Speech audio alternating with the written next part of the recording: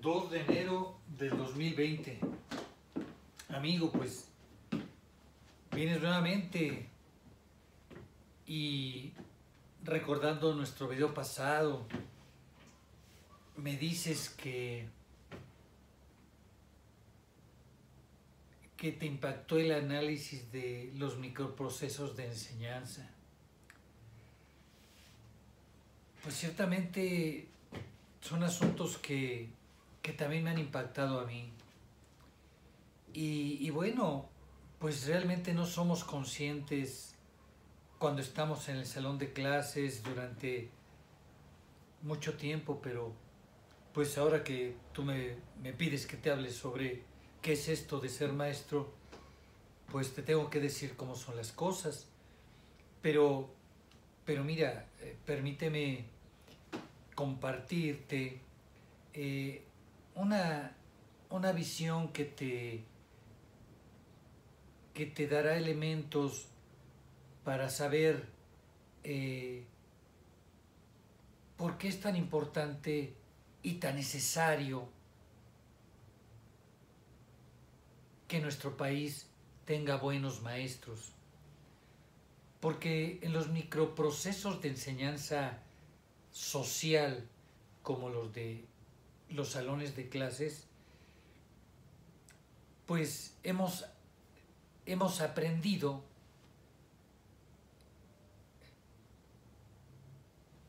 elementos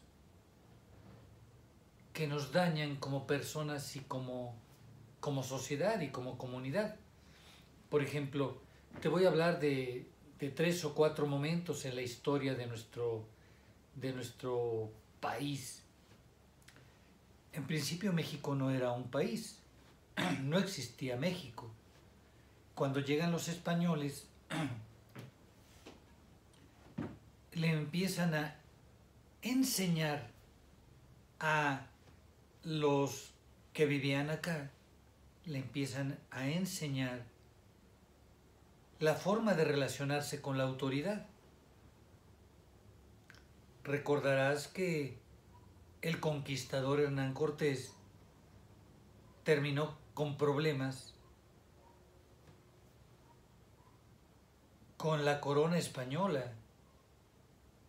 ¿Por qué razón? Pues la corona española era la autoridad, eran sus jefes directos, él tenía que reportarles.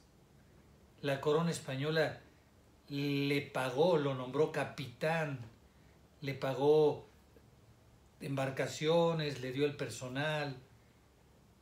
Y Hernán Cortés pues hizo negociaciones con su personal y hacían como que le reportaban a la corona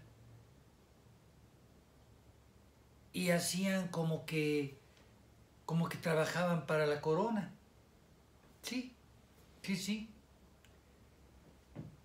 Pero al mismo tiempo le enseñaron a los mexicanos una forma de relacionarse con su pasado. Es decir, le enseñaron a negar el pasado. Les enseñaron desde el catecismo que el pasado era algo peor, era algo diabólico, era algo corrupto, que el presente, que ahora ellos, eran lo más importante. Entonces, a eso súmale que no respetaban a su autoridad. Eso enseñaban, no con las palabras, sino con lo más poderoso que son los hechos. Y bueno, no fueron 5 o 10 años de enseñanza, fueron 300 años, desde la conquista que inició en 1521 hasta su finalización en 1821, que terminó la colonia.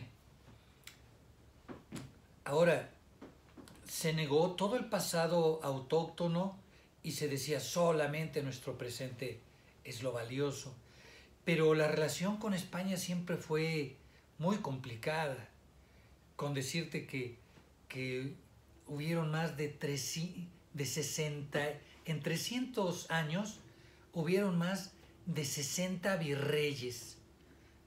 Algunos virreyes duraron un año y fueron virreyes desde militares hasta obispos, de todo tipo, porque la autoridad española en México nunca encontró una consistencia o una consistente relación de autoridad. Siempre fue conflictivo. Y eso fue lo que se enseñó y lo que se aprendió.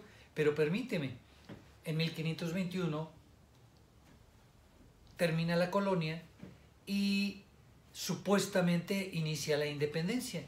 Algo que desde mi punto de vista nunca se consolidó, porque tú sabrás que a mediados de 1800, se supone que en 1821 México se independizó, pero a mediados de 1800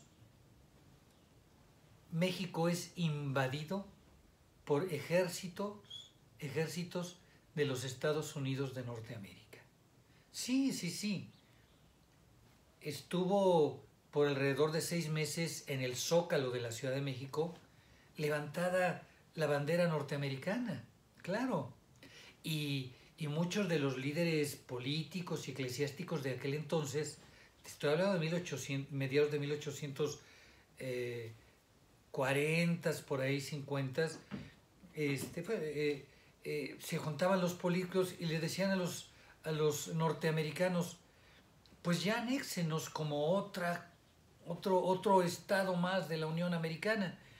Y bueno, esto definitivamente los norteamericanos, no creas que los ejércitos mexicanos los expulsaron. No, para nada. Los norteamericanos decidieron una estrategia más sutil, menos evidente de mantenerse dominando las líneas políticas del país, de tal manera que pacíficamente se retiraron, pero no sin antes obligar y asegurarse de que se firmaran unos acuerdos y de que se cumplieran. Fue por eso que todos estos pleitos entre los liberales y los conservadores de la época de la Reforma, por eso te digo, nunca se consolidó la independencia, y luego querían hacer una reforma que tampoco se consolidó la reforma, porque pues llegó el porfiriato, es decir, el porfiriato apoyado por el gobierno de los Estados Unidos de Norteamérica. Don Porfirio llega a gobernar el país, pero no por un periodo, sino por muchos periodos, siempre habiendo reelecciones apoyadas por el gobierno de Norteamérica, porque pues era parte de la estrategia y de lo que le convenía no tanto a los mexicanos, no tanto al país, sino a otros intereses, en este caso precisamente de Norteamérica. Pero, ¿qué es lo que se nos enseñó en todo este proceso? Pues se nos enseñó que éramos independientes, que la reforma que promovieron los liberales respecto de los conservadores, pues fue todo un triunfo, que don Benito Juárez fue todo un héroe, y bueno, pues se enseñó eso, pero al final de cuentas se estaban acatando las instrucciones señaladas por intereses externos al país. Tan es así que cuando el gobierno de don Porfirio Díaz quiere establecer cierta distancia de las imposiciones de los norteamericanos allá por 1890, pues algunos de sus secretarios, secretario de Educación, secretario de Economía, de Relaciones Internacionales, pues van a nutrirse de toda la ideología francesa, y ya con algunos elementos franceses que había en México, pues empiezan a introducir ciertas ideas, ciertas acciones de Francia e intereses de Francia en nuestro país, algo que no le gustó a los intereses norteamericanos, y entonces movieron una serie de elementos para que se aparentara se aparentara que hay una sublevación en el norte del país con don Francisco y Madero, Carranza y otros más, pero realmente don Porfirio Díaz se retira a Francia. Te estoy comentando que había intereses con Francia y a Estados Unidos no le gustó. Entonces Porfirio se va a Francia y queda un vacío de autoridad. Entonces la lucha de revolución, la lucha de revolución de 1910 a 1921 no es una lucha para expulsar a don Porfirio Díaz. Sí, los intereses americanos ya lo habían sacado. La lucha de la revolución fue para ver quién se quedaba con el poder. Y obviamente el que se acomodó más a los intereses de los norteamericanos fue el mismo don Álvaro Obregón, un general que firmó acuerdos como los del siglo pasado, mediados de 1800. Don Álvaro Obregón firma otros acuerdos donde obviamente entrega muchos intereses mexicanos en manos de los intereses norteamericanos, pero se nos enseña que esta revolución nos ha hecho todavía, consolida la independencia del siglo pasado y todavía nos da nuevos rumbos, nuevas rutas, pero al final de cuentas esto que se enseña libertad, pero realmente estamos bajo los lineamientos de los gobiernos y los intereses norteamericanos. Y bueno, tan es así que estos procesos de enseñanza nacional de cómo debemos relacionarnos con la autoridad, se le dice una cosa al gobierno, se le dice otra cosa a las personas y se hacen otras cosas. Esta manera de ser y de actuar, que ha sido muy consistente en nuestro país y en otras partes de Latinoamérica, realmente es algo que nos ha caracterizado y es algo que le facilita a los intereses externos pues dominar o gobernarnos. ¿Por qué razón?